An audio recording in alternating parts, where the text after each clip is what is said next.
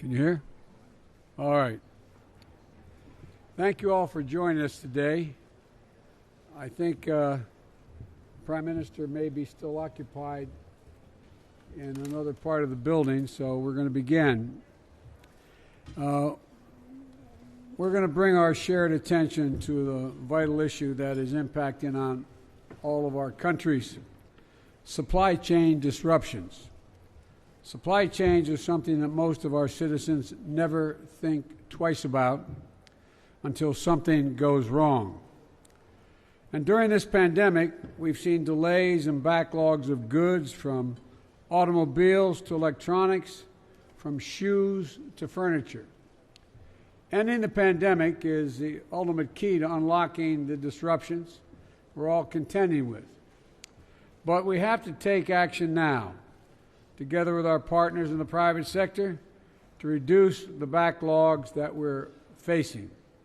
And then we have to prevent this from happening again in the future. Now that we have seen how vulnerable these lines of global commerce can be, we cannot go back to business as usual.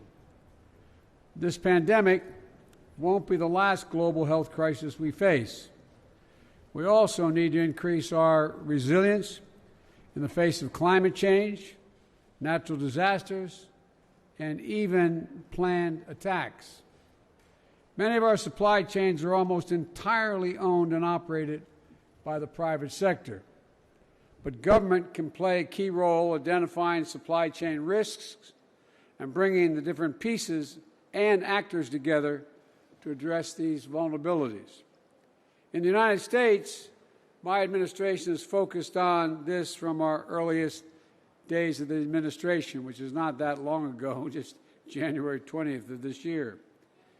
In February, we began directing new investments to strengthen supply chains at home and to work with partners to bolster supply chains around the world. Last month, we launched an early warning system to help get ahead of the global supply chain disruptions for computer chips, which impacts so many of industries in my country and all of yours. Just a few weeks ago, we were able to facilitate an agreement with key unions, retailers, and freight movers to begin operating two of the largest ports in the United States that account for 40% of the imports on the West Coast: the Port of Los Angeles and the Port of Long Beach, California. So we got them to move from 5 days a week, 8 hours a day, to 24 hours a day and 7 days a week.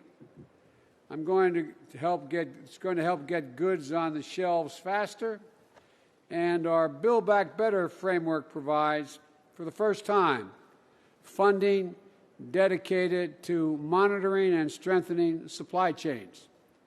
Today, I'm announcing two further steps. First, I'm allocating additional funding to help American partners, as well as the United States, cut port congestion by slashing red tape and reducing processing times so that ships can get in and out of our ports faster.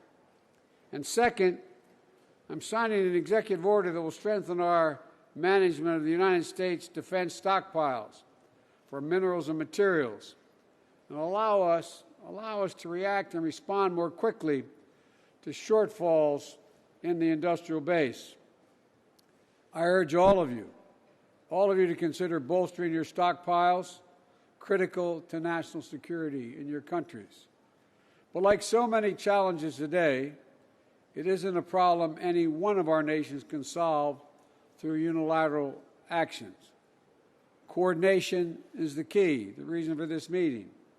The best way to reduce current delays and build in greater resilience for the future is to work together across the entire supply chain, from raw materials to warehousing and distribution. Our supply chain should be, one, diversified, so that we're not dependent on any one single source that might cause a failure; secure, secure against natural and man-made threats, including cyber criminal attacks like ransomware, and transparent so that both government and the private sector can better anticipate and respond to shortages that may be coming down the pike. And sustainable to ensure our supply chains are free from forced and child labor, supporting the dignity and the voice of workers, and are in line with our climate goals. Because at the end of the day, supply chain resilience is really about all of our people. Workers around the world who make the flow of goods possible. Factory workers, dock workers, welders, shipping crews, truckers, child care providers, locomotives, so many other pieces. Solving this is going to take all of us, government and private industry, labor unions and research institutions.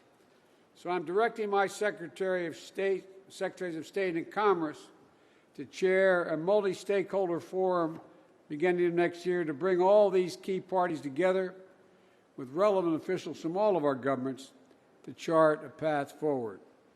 I look forward to hearing from each of you and finding ways we can work together to increase our resilience and enhance our shared prosperity.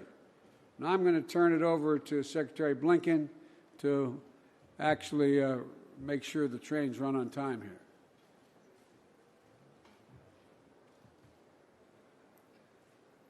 You got it?